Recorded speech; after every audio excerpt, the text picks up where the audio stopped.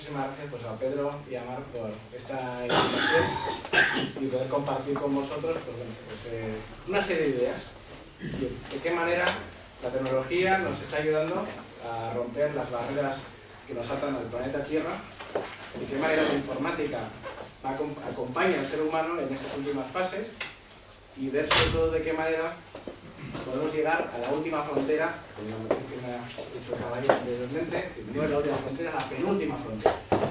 Perdóname usted, hacer la modificación.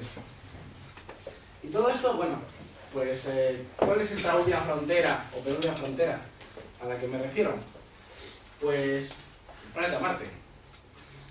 Bueno, no os voy a decir qué es el planeta Marte, no voy a dar demasiados datos porque ya vosotros sabéis incluso mejor que yo todos los datos nativos del planeta rojo. ¿Vale? Pero bueno, sí, daros una motivación. A lo mejor datos que ya teníais o que ya pensabais sobre ellos, o datos que a lo mejor no teníais en mente en su momento, a lo mejor pues, podríais utilizar para cualquier discusión que tengáis. ¿Por qué tenemos los tiempos que están corriendo ahora mismo? Y luego hablaros de la computación cloud, de la computación en la nube, que es la especialidad en la que trabajo. Es un concepto, bueno, pues vais a ver que no es del todo desconocido. La mayoría de vosotros, por no decir todos vosotros, estáis utilizando computación en la nube, no os habéis dado cuenta. Entonces, con ello, pues, explicaros, pues, siempre un lenguaje lo menos técnico posible, sus elementos constituyentes y, por supuesto, qué tipos de nubes podemos encontrar, nubes computacionales. El resto, bueno, pues, lo que recuerdo de ciencias naturales, que no es de la EGB, no lo que están dando ahora, por supuesto, los cirros, los cúmulos, no. Vamos a ver nubes computacionales. Y luego, pues ya, para enlazar, que está muy bien, toda la información, pero de qué manera esa tecnología se está utilizando en la que es la conquista de Marte. Y de grandes referentes, bueno, pues como la NASA o como Mars McNair, que es la primera misión a Marte con bandera española, entre otros, por supuesto. Entonces, bueno, pues lo que sí quería deciros, bueno, pues vale, esto es una charla, pero de la misma manera que yo, o sea, me estáis permitiendo tutearos, yo os pediría que si veis alguna cosa que no entendéis, que soy demasiado técnico, porque bueno, vengo de dar una clase en la facultad y a veces cambiar el chip en esta profesión pues a veces es un poco difícil. Entonces, por favor, me interrumpís, si hay alguna cosa de debate, además estoy encantado de la vida, ¿vale? Así que por favor, sentiros totalmente libres y interrumpidme. Bien, ¿por qué ir a Marte? Bueno, pues unos cuantos datos sobre Marte, que esto es, podemos decir, son de sobra conocidos para vosotros, periodo rotacional, tenemos 39 minutos más de siesta en el planeta Marte que en la Tierra, tenemos la mitad del radio de la Tierra, el 8% de la gravedad que en la Tierra, y eso también se especulaba mucho, ¿no? Posibles misiones tripuladas con una permanencia superior a un periodo, pues iba a dar problemas a las tripulaciones a la hora de volver a la Tierra, porque esos músculos no iban a estar bien entrenados para volver a pisar nuestro planeta de origen. Es un planeta que tiene atmósfera, obviamente no es la misma atmósfera que tenemos en la Tierra, pero sí tiene ciertos elementos que dan pie a debate, sobre todo por el hecho de que si hubo vida, o se sigue habiendo vida, digamos que hay ese porciento en las trazas de oxígeno y agua, pero sobre todo ese metano que se ha detectado, y todavía la comunidad científica no se pone de acuerdo, por lo menos no hay datos suficientes para probar si o decidir si ese metano se tiene un origen volcánico o impactos cometarios o bien origen microbiano, presente o pasado. Entonces digamos que aquí hay unas incógnitas que ya se están lanzando en la comunidad científica y el ser humano en general. También interesante, bueno, pues que no existe una magnetosfera. Hay, digamos, indicios de que sí hubo un campo magnético global, como el que tenemos aquí en la Tierra, pero en Marte, digamos que son pequeños campos magnéticos. Y entonces, digamos, no es la misma situación. Que tuvo que haberlo. Tuvo que haberlo, efectivamente. O sea, hay indicios de ello. Hay volcanes. Hay volcanes. Efectivamente. Y ahora, bueno, pues lo que se ha descubierto, pues ya, digamos, se corroboraba, pues que hay una gran cantidad de agua superficial, por supuesto no los famosos canales, ¿no?, de escaparello, pero desde luego lo que sí se ha descubierto, bueno, pues que ahora mismo pues, este agua está en los polos y a ciertas latitudes, y hubo unos indicios hace relativamente poco de agua que fluía a la superficie pero que desaparecía debido a la escasa presión. Bueno, eso también está por confirmar, pero bueno, las primeras imágenes daban a entender aquello. Bien, puestas estas características con sus respectivas incógnitas, ahora nos planteamos bien. En cualquier conversación, ya sea más seria o menos seria, ¿y por qué narices tenemos que irnos a Marte? Todas las cosas como están aquí en el planeta Tierra. Bueno, pues lo primero, debemos salir de la Tierra para conocer realmente nuestros orígenes. ¿Qué entendemos realmente por vida?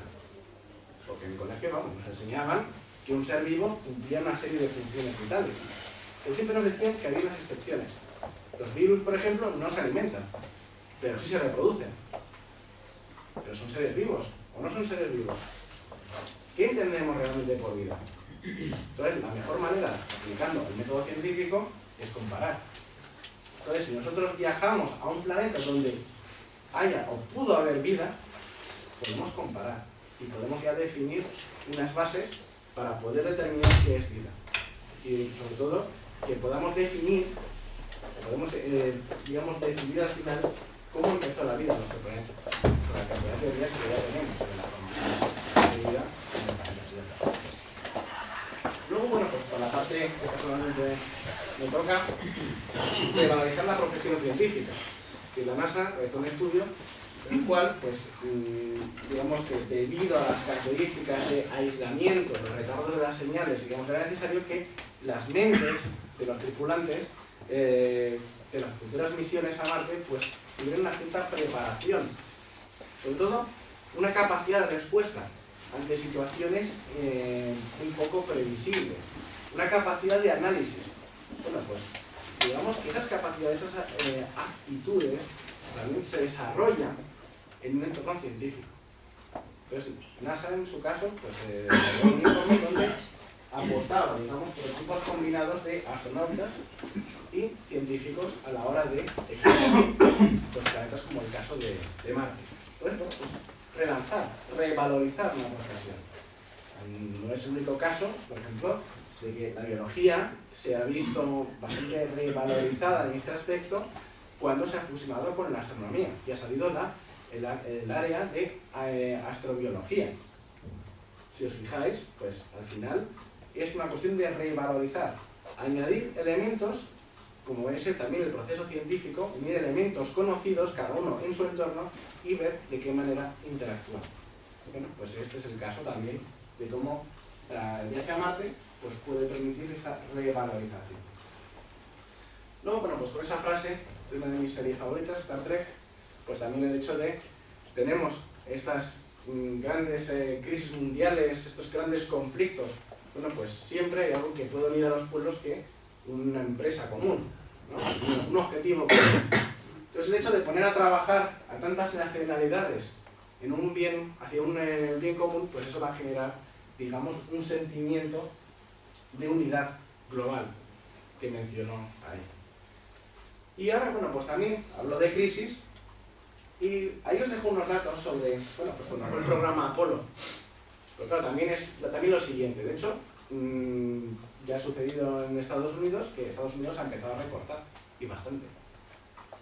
De hecho, el programa del transbordador ha sido cancelado. Ahora Estados Unidos está confiando ciegamente en Rusia para enviar a sus astronautas a la Estación Espacial Internacional. Bien, pero fijaros el detalle. El programa Apolo generó 500.000 puestos de empleo.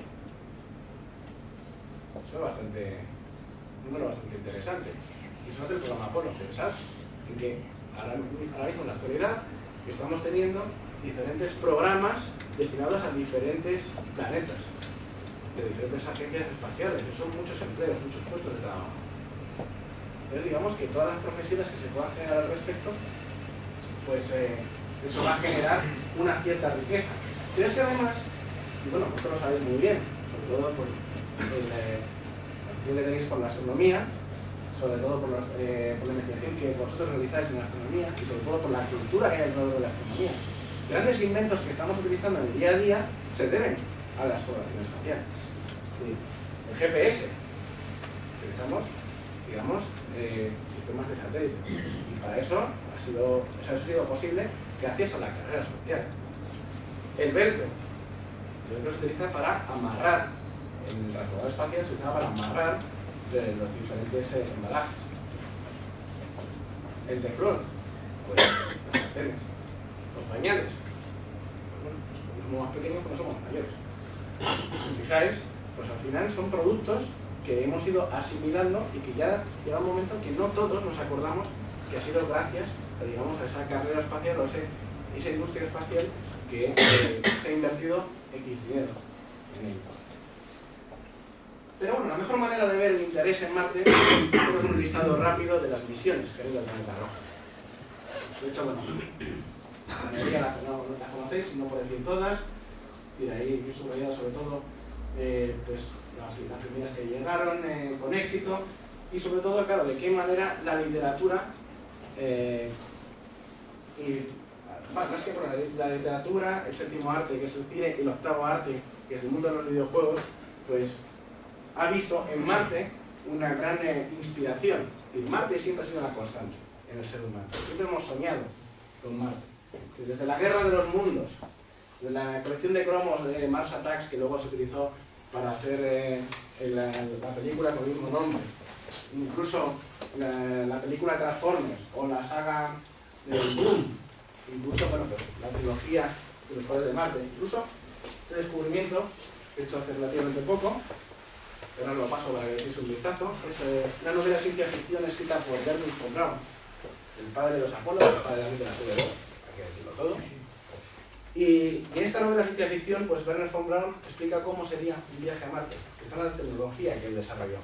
Lo que es interesante, sobre todo cuando lo vayáis pasando, fijaros al final que lo que tiene, después del relato, son todo tablas, con los cálculos que realizó él, y digamos con los cuales ya consideraba como que ese viaje se podía, bueno, voy pasando por aquí, echando un vistazo, muy recomendable. Pero si tenéis si tenéis interés, o sea, ya Wernher von Braun, ya digamos que su vida fue bastante apasionante en ese aspecto, pero el hecho de que esto fue escrito en 1949, es decir, cuando estaba ya desarrollando para ir a la Luna, él, al igual que muchos otros, ya estaban pensando en el planeta Marte.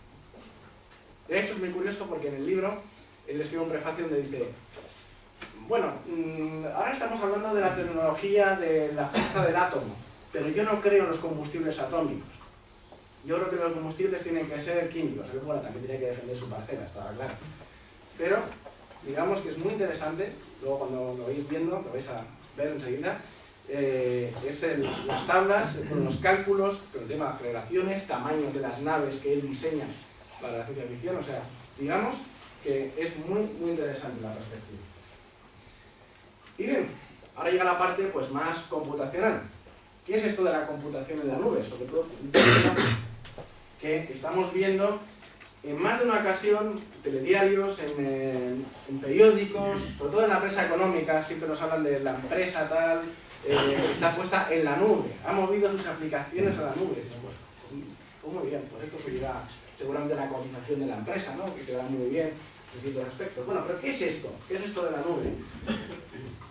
Bueno, pues ahí tenéis una definición del diccionario o Wikipedia, según digamos, la red de conexión que tengáis, sobre lo que es una nube de las que nos podemos encontrar ahí fuera, bueno, o las que estamos esperando que vengan a limpiar la contaminación de nuestra ciudad. Y fijaros que he subrayado, hay una serie de términos, una serie de frases, ¿no? La nube está formada por gotas de agua microscópicas o cristales de nieve y dispersan toda luz visible. ¿Esto por qué? O sea, ¿por qué no he subrayado? ¿Por qué me parece interesante? Bueno, porque una nube computacional es una estructura la cual, a ojo desnudo, nosotros no vemos de qué está formada. Pero no lo vemos ni nos interesa. Si nosotros una nube que podemos encontrar fuera, sabemos del colegio que sí, que está formada por eso, por gotas de agua. Y sabemos que nos da un tipo de servicio. ¿Qué tipo de servicio es ese? Pues agua. Ese agua que nosotros como servicio nos sirve para regar nuestros cultivos, para aumentar nuestra agricultura. Bueno, pues para el caso de la computación, pues esos servicios pueden ser de muchos tipos.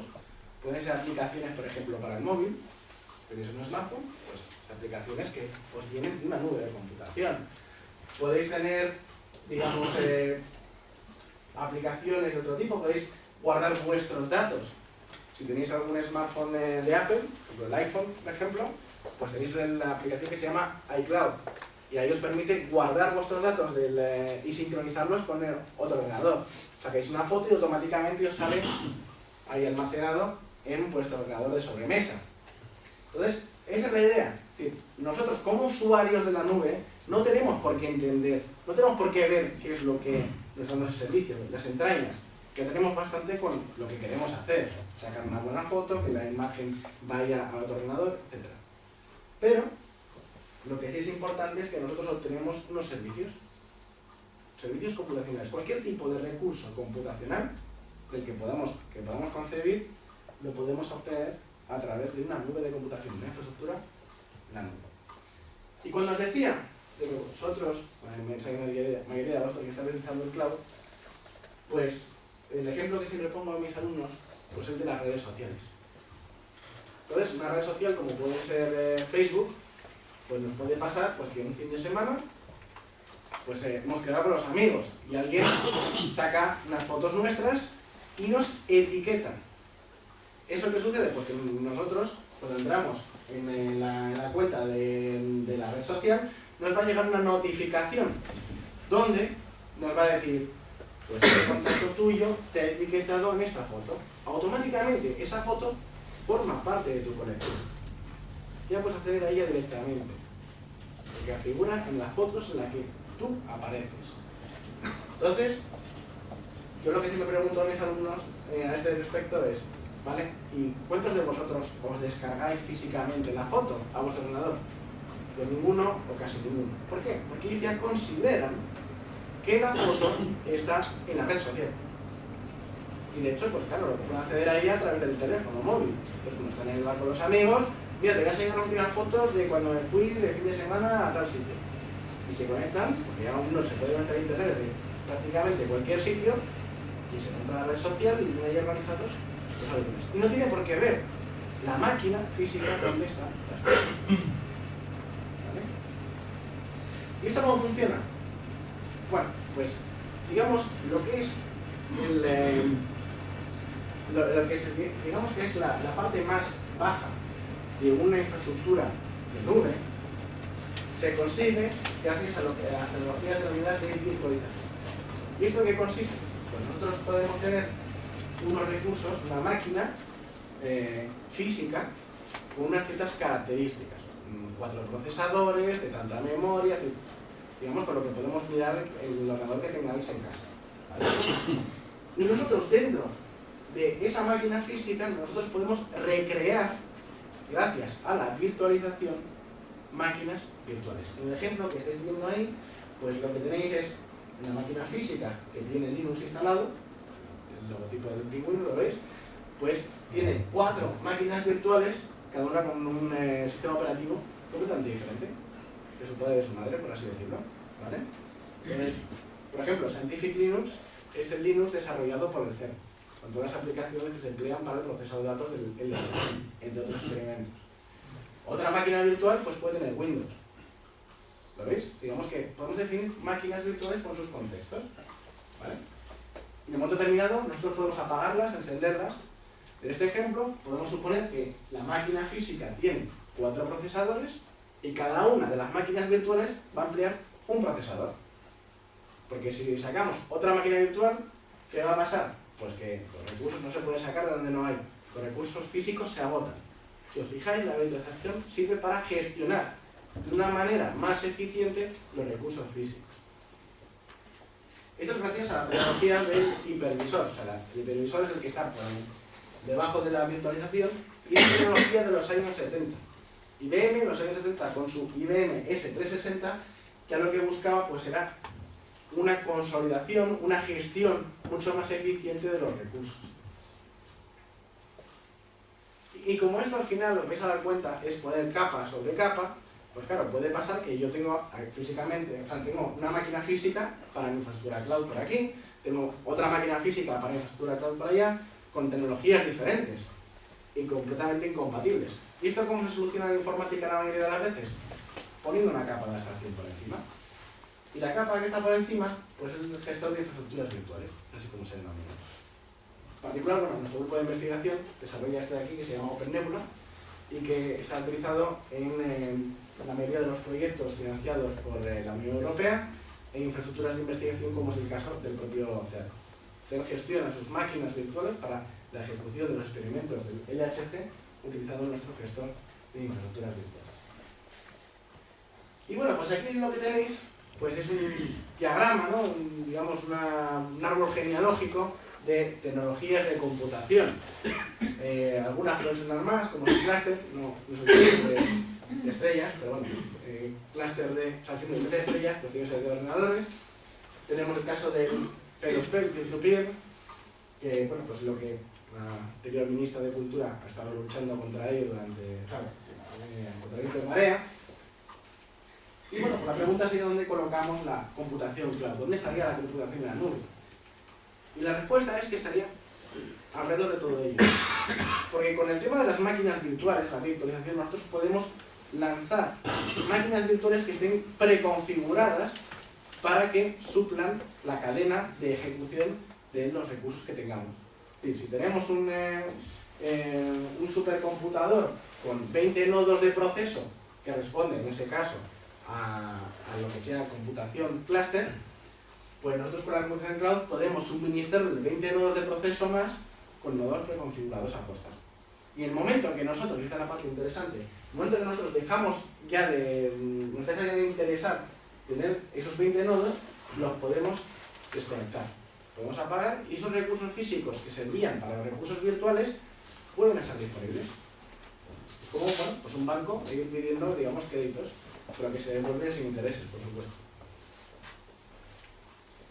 Entonces, en este punto, pues, nosotros podemos ver dos tipos de infraestructuras cloud, o de infraestructuras en la nube. Y la mejor manera de entender esto, pues, es ver el paralelismo con la era industrial. Al comienzo de la era industrial, las fábricas, lo que tenían que construir en su planta, pues era una central eléctrica. Pero claro, en ese momento pues no había ni Unión Fenosa, ni Endesa, digamos que no producían energía. Y entonces, bueno, pues eso era un coste, no solamente construirlo, pero era también mantenerlo. En el momento que dejaba de funcionar, pues no había línea de atención al cliente. Por lo cual, la fábrica asumía todos los costes de mantenimiento de esa central eléctrica. Entonces, en una nube privada, es el mismo caso. Las máquinas físicas que nos suministran nuestra nube computacional, las mantenemos nosotros. Somos nosotros los que pagamos la factura por esos servicios. Pero claro, fuimos evolucionando en la era industrial y entonces ciertas fábricas dijeron, bueno, ¿y por qué construimos la central eléctrica si la fábrica de al lado pues tiene un excedente de electricidad? O directamente la fábrica de al lado es una fábrica que no produce nada, solamente energía. Pues vamos a pagarles por uso de esa energía. Entonces es el caso de la computación, o sea, la nube pública. Nosotros estamos pagando los servicios suministrados por una nube, pero por uso. Y luego, por último, tenemos la nube híbrida, que es la unión de las dos. Tenemos unos pequeños recursos y cuando se nos vaya de las manos el consumo, recurrimos a un proveedor externo. ¿Y proveedores externos? Bueno, pues tenéis aquí ejemplos de infraestructuras en la nube públicas. Y algunos nombres os suenan, seguro. Google os suena. Amazon también os suena.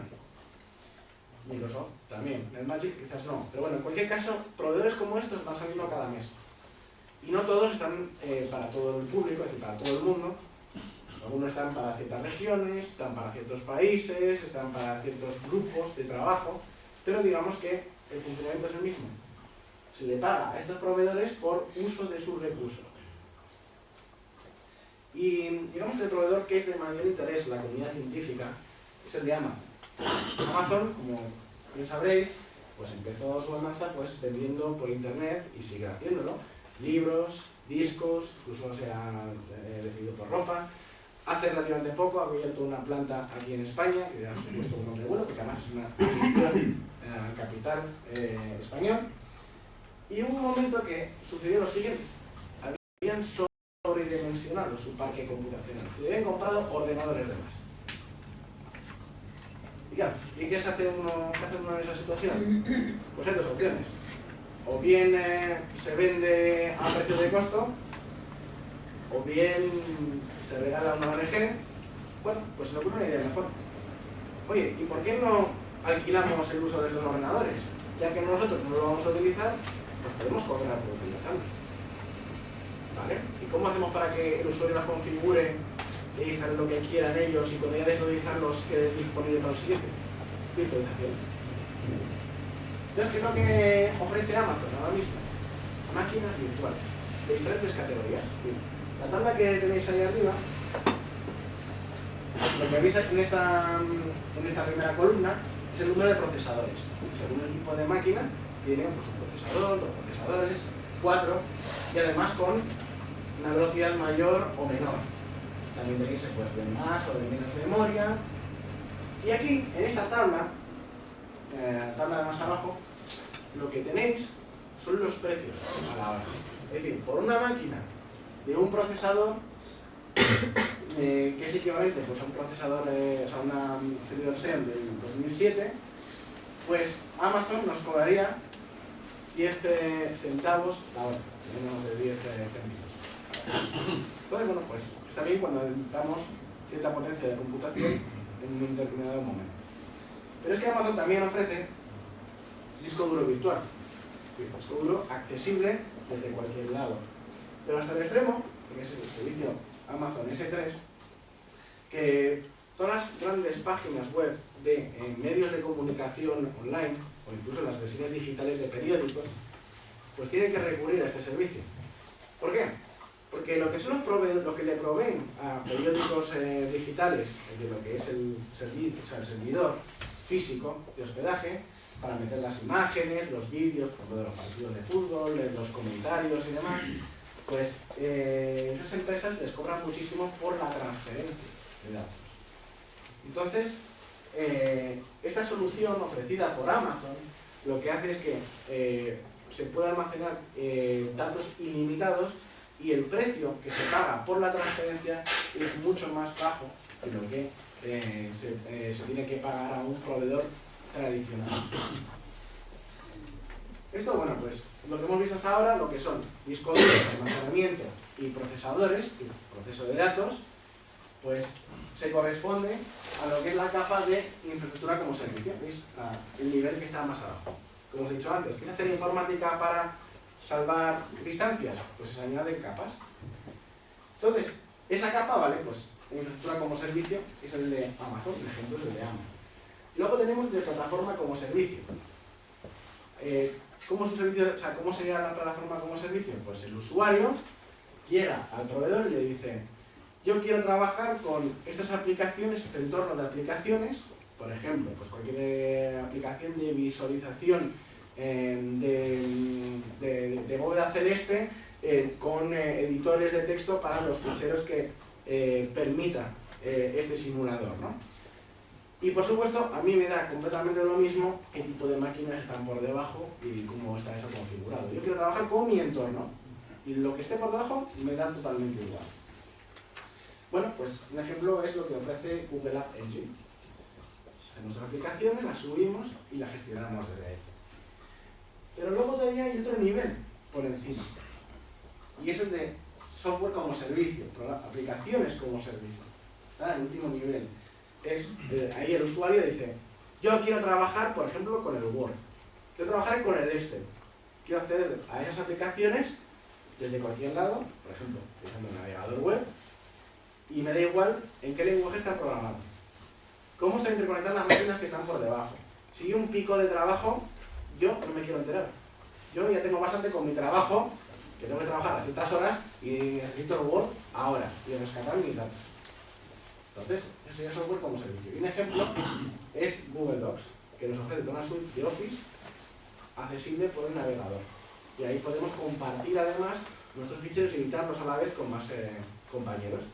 De hecho, este sistema es el que suelo emplear cuando tengo mis colaboraciones con universidades de fuera incluso de España y que estamos escribiendo algún artículo científico. La mejor manera es escribir lo que sea el resumen del artículo y las diferentes secciones, y a cada uno, a la hora que nos venga bien, nos vamos conectando y a la vez incluso a veces coincidimos y vamos escribiendo el artículo de esa manera.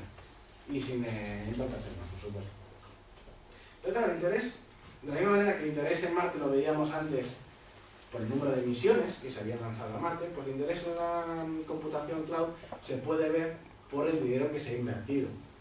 Entonces, aquí lo que tenéis son referencias de proyectos de computación en la nube en los que hemos trabajado o estamos trabajando en nuestro grupo de investigación financiados por la Unión Europea.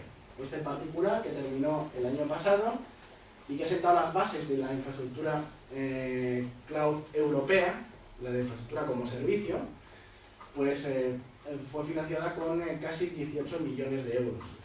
Y ahí pues había grandes socios, como en el caso de IBM o Sun Microsystems. Digamos que Europa quiere ya dejar de comprar las soluciones de grandes superpotencias, como en el caso de Estados Unidos. Europa ya quiere fabricar su propio entorno de computación, porque se da cuenta pues, que hay potencial. Y ahí, sobre todo, lo que es importante, hay datos y hay interés. El CERN no está en Estados Unidos, el CERN está en Europa. Y hay muchísimo interés en ese aspecto.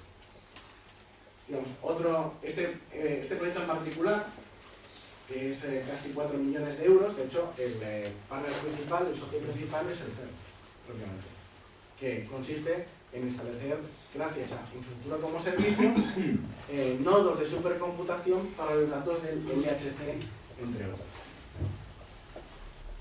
En otro caso, pues estamos hablando de casi 7 millones de euros y consiste en desplegar infraestructuras en cloud de prueba para poder mejorar los algoritmos de gestión. Es decir, esto es para investigar, o sea, cloud para investigar en cloud y así mejorar y hacer más eficiente, digamos, la solución ya desplegada en Europa. Y por último, este de aquí, pues estamos hablando de casi pues 8 millones, no, 15 millones de euros.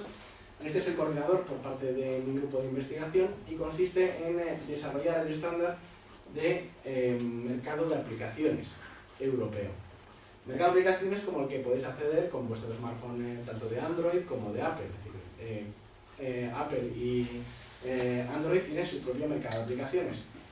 Europa quiere, digamos, montar un estándar para que se puedan funcionar todos los mercados de aplicaciones y pueda acceder a través de ellos, digamos, a diferentes plataformas. Si tenéis curiosidad, sobre todo de expandir esto más, bueno, pues aquí tenéis un par de artículos que se pueden leer online en esta publicación que se llama HPC in the Cloud. Soy colaborador habitual de esta publicación.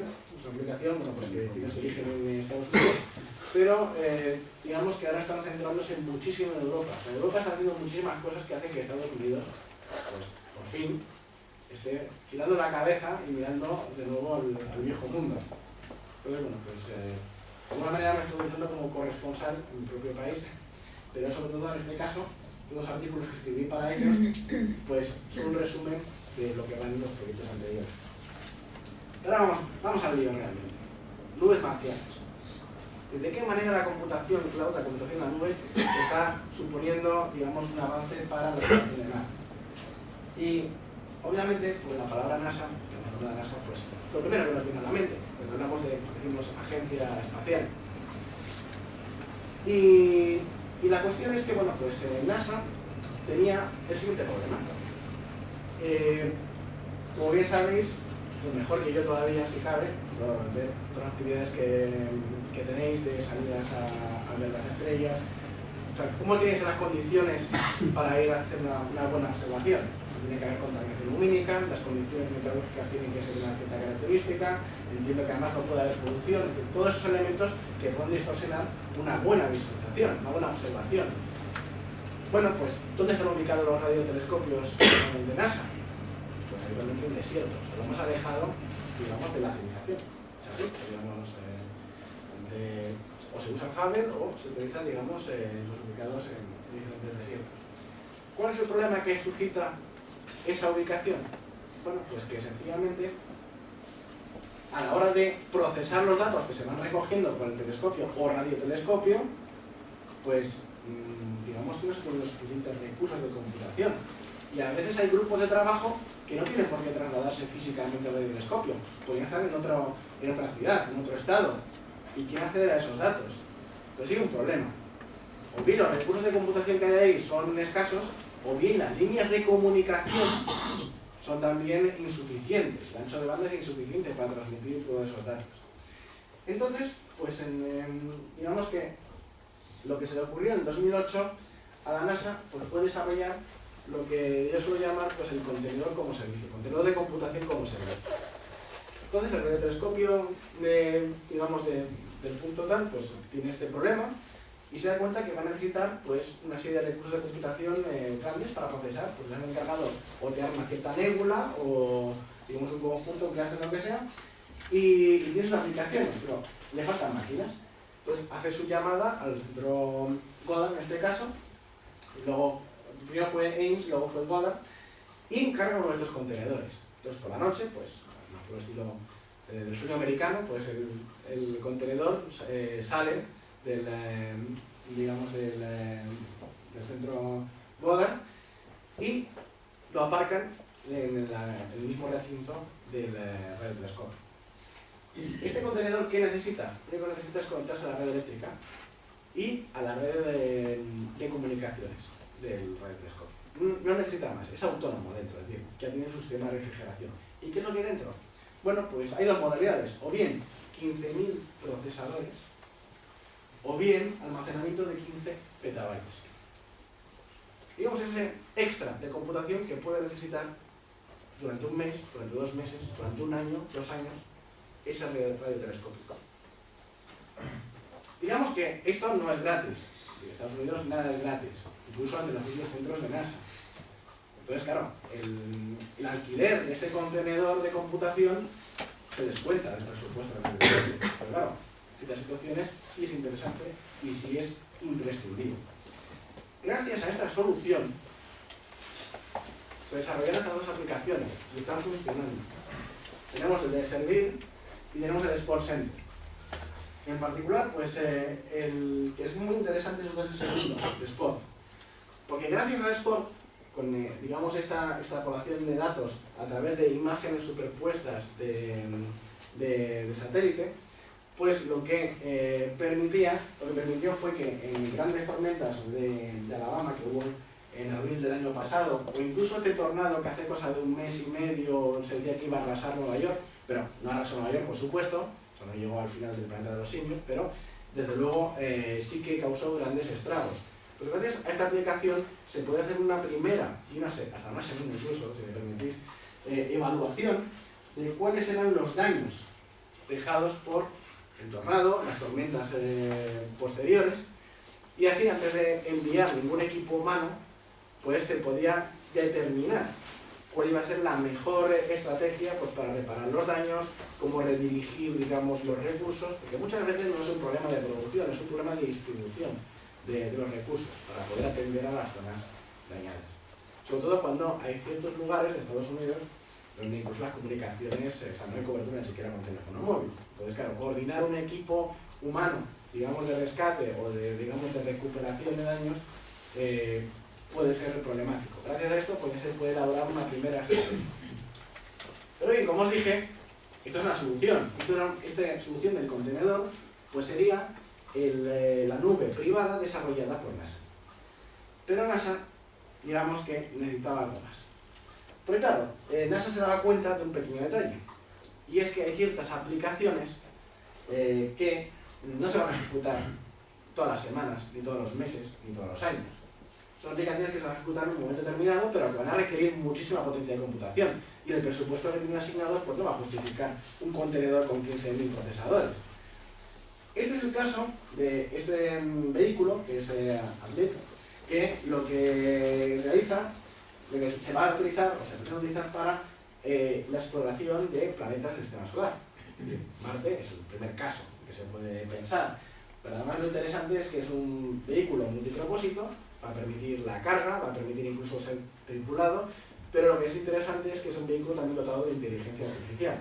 Con este vehículo incluso se puede buscar, por podemos ponernos en un escenario en que se ha conseguido comenzar a colonizar Marte y el agua se extraiga de los polos. Entonces a lo mejor se pueden mandar vehículos de ese tipo, no tripulados, que vayan haciendo una peregrinación constante de los polos para extraer agua y así traerlas a la base. Un ejemplo de uso. La cuestión es que para dotar a esta inteligencia artificial de inteligencia es necesario una base de conocimiento. ¿Y esa base de conocimiento cómo se adquiere? Pues gracias a imágenes de alta definición dadas por un satélite.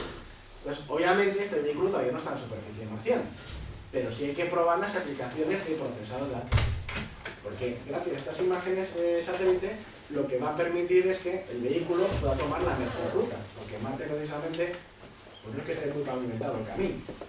De hecho, pues hay unas zonas en las que digamos que el vehículo tiene que tomar estas decisiones para evitar decisiones que le pueden desviar hasta 5 kilómetros, 10 kilómetros para evitar ciertos cráteres. Entonces, lo que se hizo pues para comenzar a desarrollar la aplicación que luego se utilizaría para Marte, pues se procesaron las imágenes, las 200.000 imágenes suministradas por la sonda Cassini. Y esto se hizo gracias a Amazon. O sea, se utilizó ya un proveedor público, es decir, utilizar un número de procesadores durante un tiempo y pagar ese tiempo.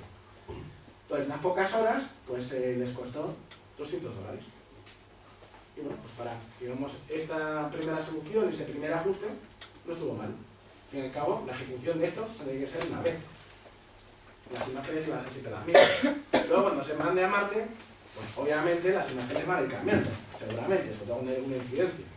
Cuando uno produzca hacer erupción o haya una lluvia de ¿vale? En cualquier caso, bueno, pues vieron que también el cloud público, la nube pública, podía servir para solucionar problemas basados en la exploración de Marte. Bien, pero fijaros, esto es en diciembre del 2010. Entonces ya, bueno, pues con cierto orgullo puedo decir que la NASA no fue la primera en pensar en un uso eficiente de un cloud público para procesar aplicaciones que tengan que ver con la exploración de Marte. Porque, bueno, pues un año antes, pues ya estábamos, los españoles, entre otros, pensando en viajar al planeta rojo, pero más que eso, se ya lleva unos cuantos años, digamos que ya estábamos pensando en que íbamos a necesitar una ciencia de cálculo bastante interesante, bastante grande, para poder realizar dicha exploración. Entonces, estamos hablando pues, de la misión Mars Perspective. Entonces, esta misión reúne a 3 países, España, ya lo sabéis, Rusia y Finlandia. Y bueno, pues de hecho, pues en esta sala se encuentra el director científico de la parte española, aquí, que además también es el director del proyecto Mega, uno de los dispositivos, todo lo que tenga que ver con la parte científica española. Y bueno, por la parte que a mí respecta, pues como miembro del grupo de agricultura de sistemas distribuidos y bueno, con los conocimientos adquiridos durante mi doctorado, pues hemos empezado esta colaboración para traer la potencia de la nube donde, digamos, es menester para la misión a Marte. ¿Qué consiste realmente esta misión? Bueno, pues consiste, van a ser varias misiones realmente, y consiste en desplegar una red meteorológica de la superficie de Marte. Por eso son varias misiones, porque hay que mandar varias sondas. Además es un concepto de sonda bastante interesante que lo vais a ver en un vídeo que os voy a poner a continuación. La cuestión es que en esta primera oleada la idea es mandar del orden de 17 sondas, pero esperamos desplegar varias decenas de ellas. Porque, claro, como bien sabéis, Marte tiene atmósfera, y al tener atmósfera pues tiene una serie de fenómenos atmosféricos que no siempre tienen por qué corresponderse en la misma medida con lo que tenemos en la Tierra. Hay nieve, pero no es de color blanco, no hay blanca Navidad como podemos tener en la Tierra. Están los remolinos llamados también gas devils, que bueno, pues también es un fenómeno interesante, curioso y todavía no demasiado investigado. Con lo cual es interesante sobre todo entender cuál va a ser la climatología para desplegar las futuras misiones tripuladas. No es plan, los astronautas son un punto donde van a tener día sí, día también, tormentas de arena, sobre todo por las destructivas y que pueden llegar a ser. Entonces, estas sondas, es una foto que veis a tamaño natural, como son, pues estas son las denominadas de la misión precursora. La idea es que, bueno, pues por el tipo de fabricación, luego veis ahí el concepto de cómo se despliegan, pues estas se van fabricando pues, casi en serie. Y la idea es ir mandándolas en las siguientes misiones que vayan yendo a Marte, con los diferentes acuerdos que se alcancen con las diferentes agencias espaciales. Entonces ya hay terminadas 2, y la tercera está en construcción. Entonces, poco a poco pues se van preparando, se van poniendo ya la rampa de salida y para poder implantarlo. Entonces, lo que tengo a continuación es un vídeo de cómo...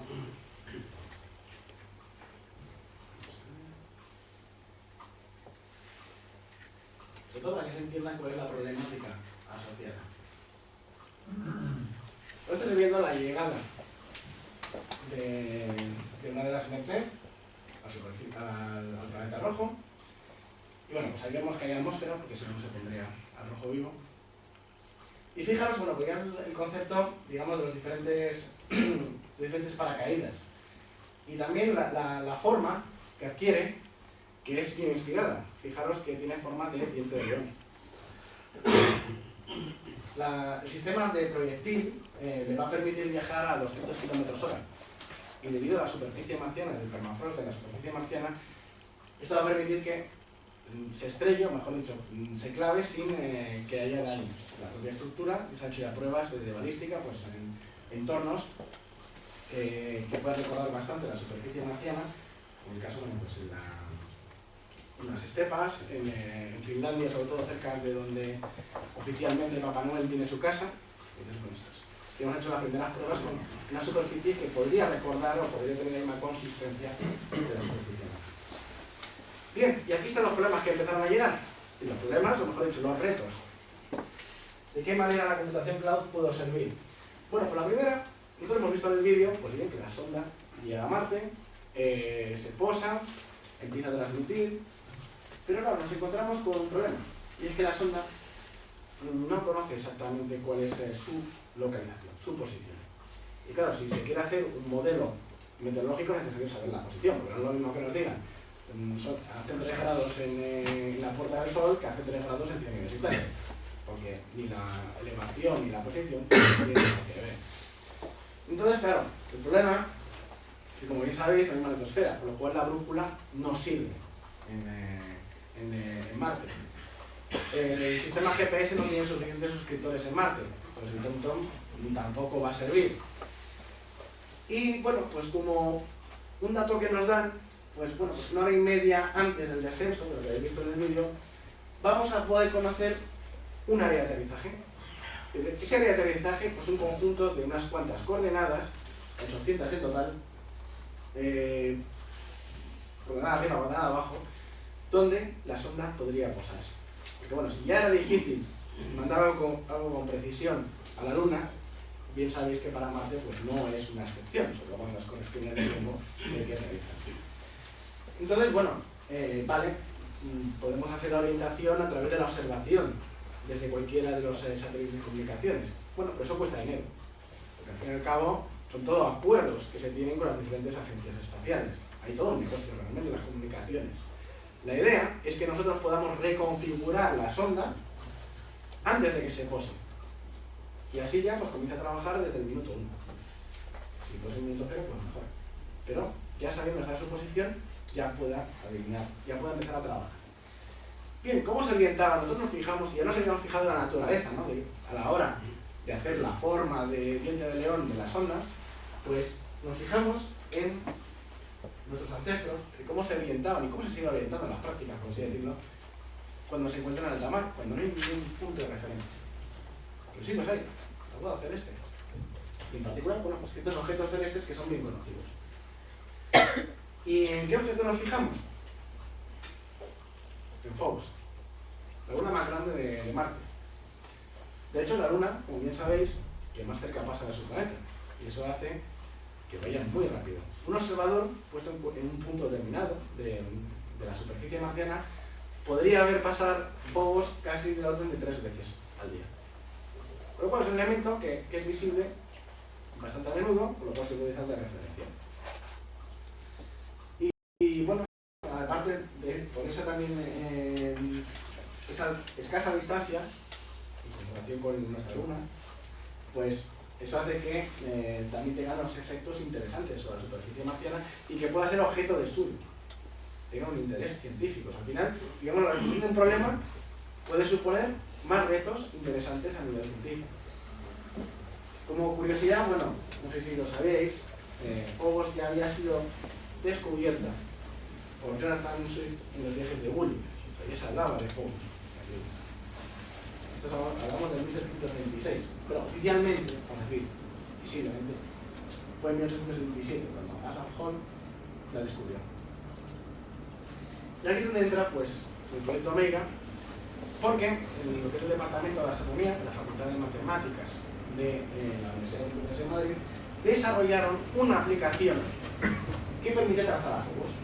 La idea es la siguiente: dotar a la sonda de una serie de cronogramas, tablas con la posición de Phobos en determinado momento y una determinada ubicación. Es decir, sacar 800 cronogramas con la trayectoria de Phobos para cada una de esas coordenadas.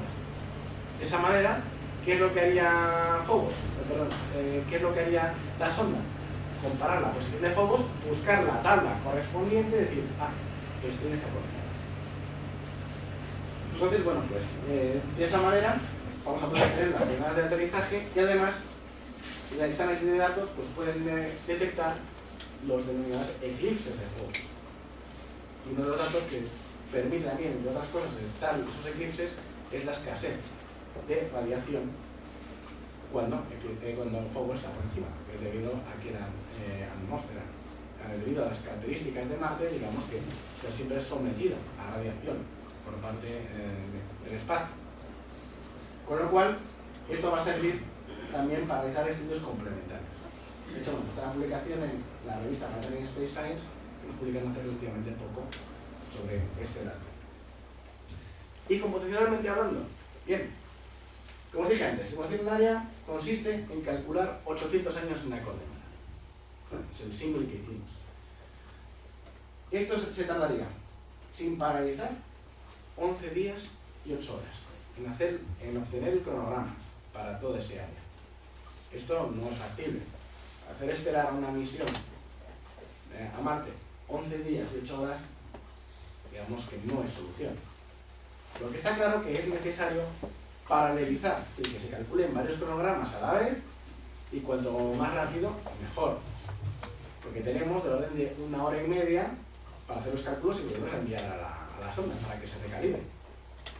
Con lo cual dijimos, vale, pues vamos a utilizar las máquinas virtuales que nos ofrece Amazon. Necesitamos muchísima potencia de computación, ¿no? Como decía Alonso, más madera, es la guerra, ¿no? Más máquinas virtuales. Bien, la necesitamos durante un tiempo determinado. Pero claro, bien, perfecto. Pero ¿cuántas necesitamos? ¿De qué tipo necesitamos? Porque bueno, ya puestos, vamos a buscar la solución óptima. Aquello que nos permita encontrar solución en poco tiempo, pero que no pese demasiado en el bolsillo de la propia misión. Si podemos ahorrar dinero en computación, pues ese dinero se puede destinar a otras cosas dentro de la propia misión, más que todavía. Entonces hicimos un estudio con el cual, para los diferentes tipos de máquinas ofrecidas por Amazon, cuál era el número óptimo en función de unas métricas que diseñamos para ello, de tiempo de ejecución y dinero empleado. De hecho, pues este trabajo fue presentado en un congreso en Islandia hace ya 2 años, en junio de 2010. Aquí lo que veis pues, es imagen tomada por la Opportunity de uno de estos eclipses. Si os fijáis, Phobos está cerca y encima no es suficientemente grande para ocultar al Sol. Y luego esto que veis aquí, pues la representación gráfica de uno de esos cronogramas, es decir, todas las trayectorias de Phobos, digamos desde una coordenada determinada, de cómo debería ir viendo el observador. Bien, una de las soluciones Hombre, 37 máquinas de este tipo, pues durante una hora, que es lo que se va a conseguir reducir el tiempo de ejecución, es decir, así teníamos media hora para enviar, confirmar que ha llegado, lo que fuera, hacer pruebas, lo que sea, pero bueno, con lo cual ya una hora va a suponer una gran victoria. Pues todo esto, o sea, una hora de uso de estas 37 máquinas de gran potencia iba a suponer $7.50 aproximadamente. ¿Cuál es el precio de una máquina física de este tipo? O sea, el equivalente en físico, de lo que nos podríamos ir a comprar en cualquier proveedor. Pues yo metí la página de HP, la parte de supercomputación de HP, y busqué ordenador de las mismas características de este supercomputador virtual que hemos empleado para hacer las pruebas de la aplicación. ¿Y cuánto cuesta? Pues casi $200.000 dólares. Y claro, ¿qué pasa? Que ahí no está metido, por ejemplo, pues los gastos de montaje, la electricidad, no está tampoco la seguridad física y el alquiler de la sala donde esté físicamente esa máquina. Y vosotros también están las nóminas de los que los administran. Y claro, es una cuestión de ver realmente qué necesitamos y durante cuánto tiempo necesitamos. Si os dais cuenta además, con lo que se hace con la computación en la nube, es que nosotros ya consumimos computación como quien dice que está consumiendo electricidad o está consumiendo agua o teléfono. Es decir, ya con esta solución nos llegaría la factura que no solamente de la luz, del agua, de la electricidad, sino también nos llegaría la factura de la computación. Y por supuesto la factura de la computación se entiende mucho mejor que la de la luz. Eso lo puedo asegurar. Y ahora estamos con esta aplicación en particular.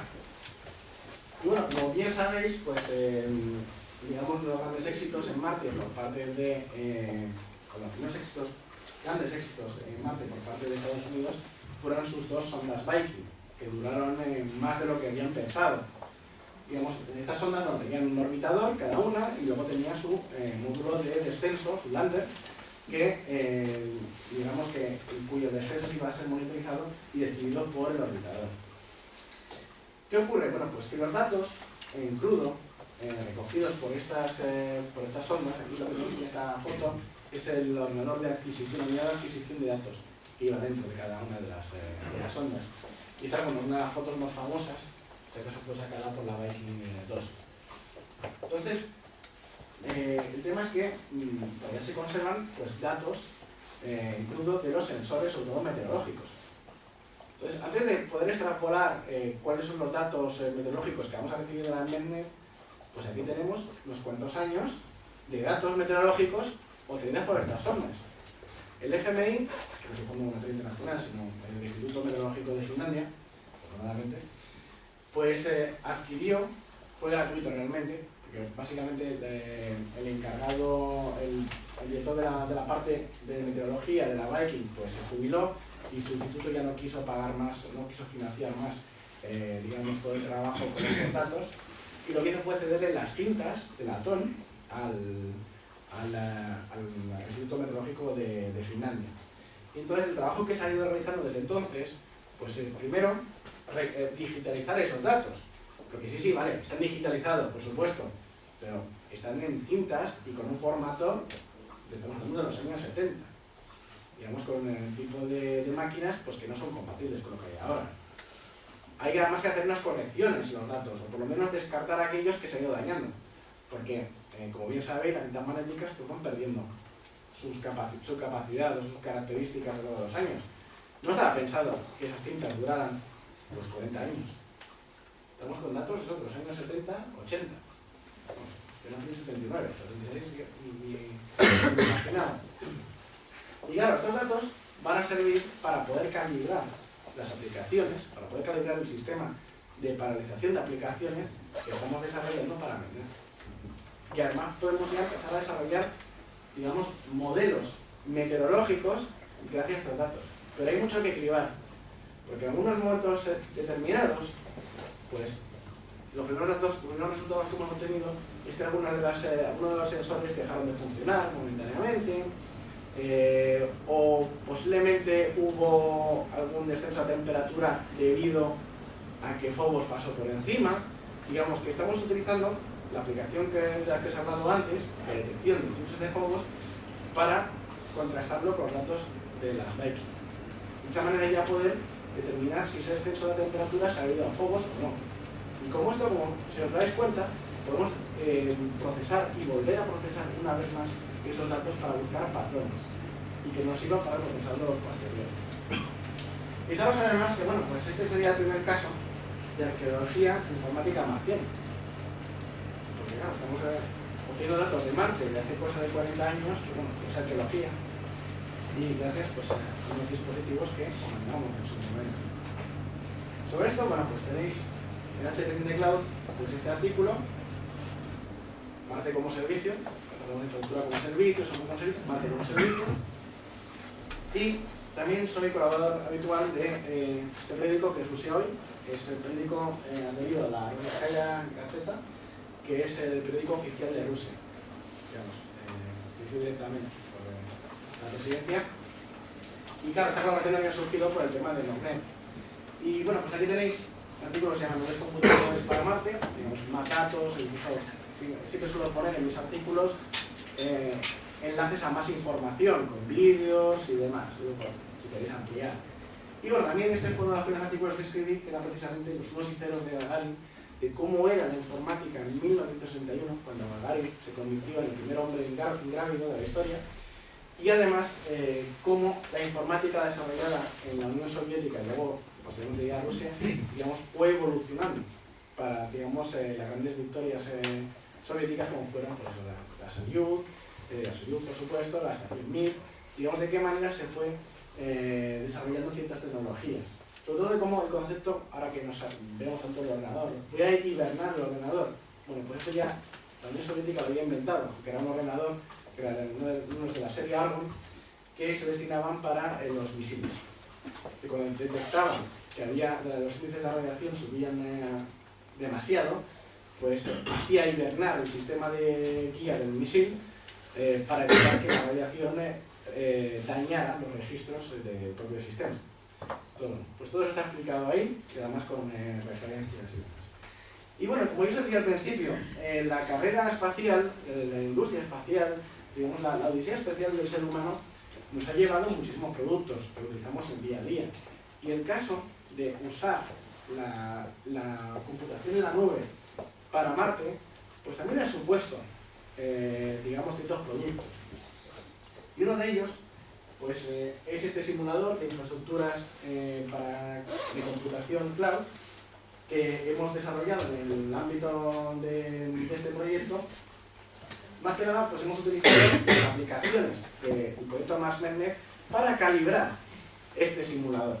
¿Qué permite este simulador? Bueno, pues en vez de tener que calcular costosos modelos de ejecución de las aplicaciones que pueda tener cualquier institución científica o no científica, pues el poder simular qué máquinas iban a necesitar y cuánto tendría que pagar para poder ejecutar esas aplicaciones.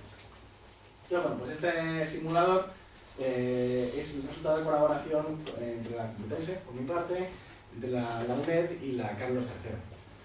Pero bueno, como si os fijáis, pues de alguna manera ha sido la ramificación, ¿no?, de MAP. Y bueno, por lo tanto, estos son dos artículos que ya nos han publicado al respecto y estamos esperando el veredicto de una revista. Y de momento pues ha tenido bastante buena aceptación. De hecho, además que tenga ya el sello marciano español, el simulador, pues también supone para nosotros pues, un orgullo.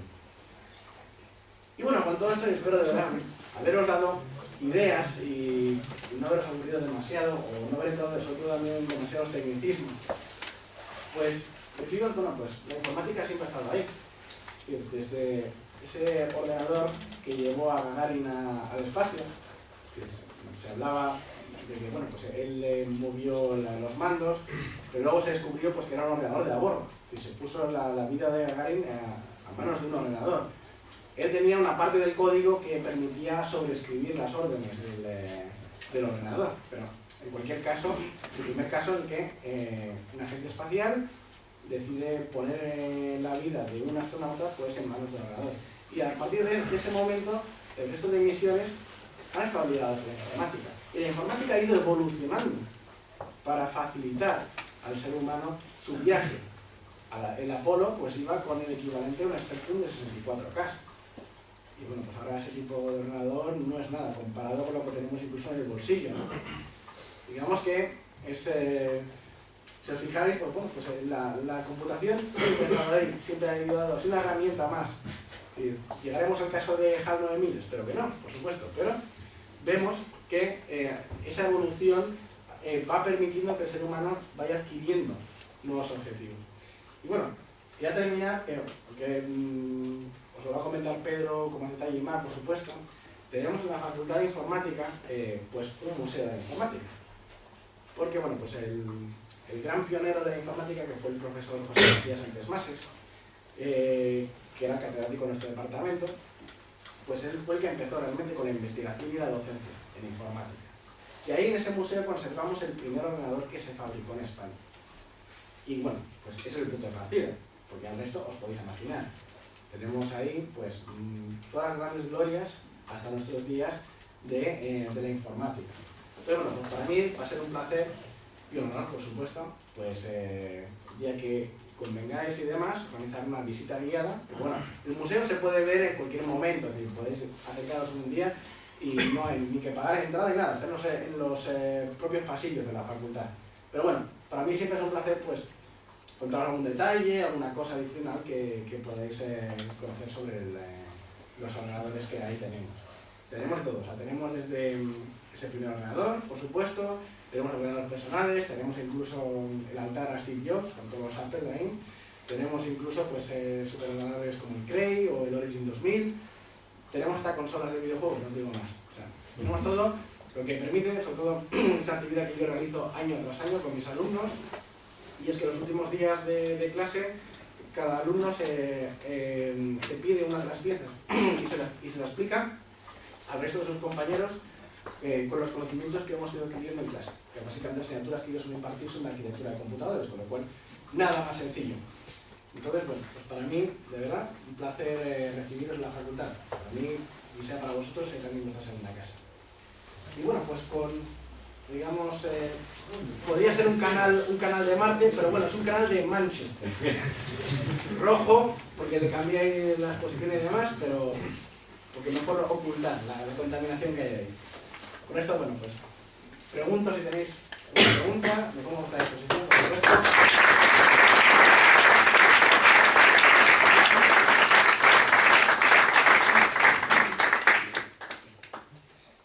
Has hablado de los contenedores estos que se sitúan en el desierto, con grandes miles de CPUs, con petabytes de capacidad de memoria y tal.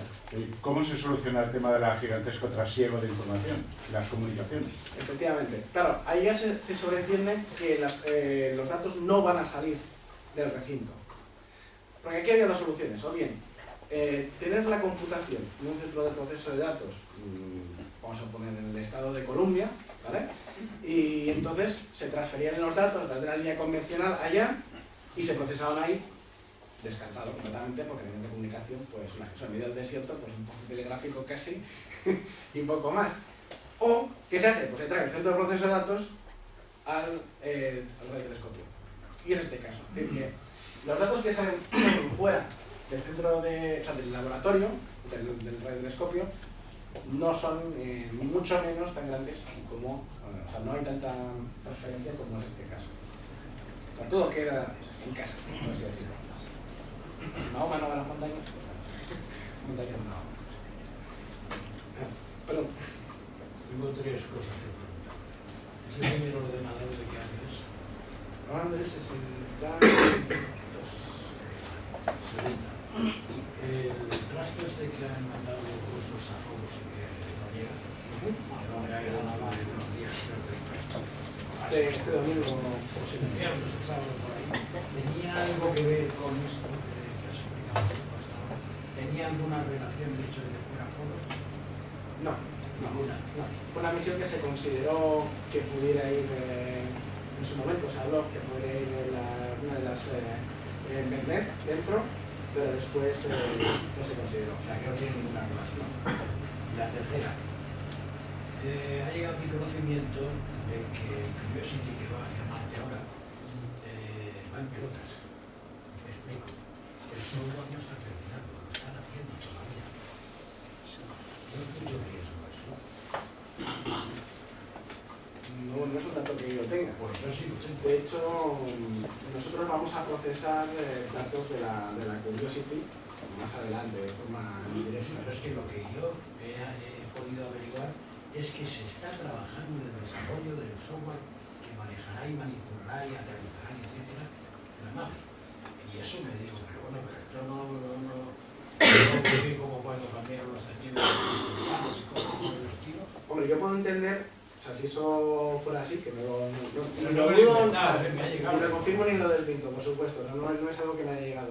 Yo puedo entender que quizás lo que sí está instalado, podría estar instalado un software base. Ahora lo que se trabaja muchísimo en espacio es por el denominado hardware reconfigurable. No, eso ya lo sé. Entonces, se ha salido sin él. No, tiene que haber un sistema El base. hardware no. No, tiene algo, claro, pero quiero decir, a la hora de que todo esté en su sitio, no está terminado. Bueno, yo entiendo que se puede hacer después, si está el sistema base. Pero bueno, eso lo vamos a ver dentro de unos pocos meses. No pasa nada porque Hay eso, un al momento en final, el que, como no esté todo, ya tenemos liada. a toda sonda de gas eso es muy Caballero. Sobre eso, efectivamente, hardware reconfigurable, todo. El software lo han mandado con bastante software montado. Lo que pasa es que había una serie de cosas que no estaban terminadas y además, digamos, no interesaba mandarlas ya prefabricadas, sino que parece ser que lo que interesaba era, en su momento se las mandaremos. Tenemos lo que tenemos, pero lo podemos mejorar bastante. Y es la razón por la que lo hicieron así, según a mí me ha parecido entender. Es habitual de todas maneras. Sí, y aparte que ya ha pasado más veces lo de reconfigurar Sí, algo. sí. Pasó con una de las ondas que pasaron por Júpiter, que se les estropeó y dejó de responder. Hicieron un volcado de memoria y vieron que había una posición que se les había estropeado. Y reconfiguraron todo el software para eludir esa posición de memoria. Lo mandaron y entonces se iba a unos 110 baudios, con lo cual tuvieron horas de mandar señal y reconfiguraron la nave y lo volvieron a tomar, aparte de un montón de virguerías que tuvieron que hacer porque sacar fotos en movimiento es un arte. De hecho, fue la Viking 2 que dejó de funcionar porque se hizo una actualización del software que, digamos, que la terminó de fastidiar. Sí, bueno, son cosas habituales de mejorar. Sobre todo se utiliza hardware reconfigurable por el hecho de que, claro, con la radiación que van recibiendo las ondas, se van estropeando zonas de, digamos, Si lo de sabré memoria. yo que me ocurrió una de esas por los cósmicos.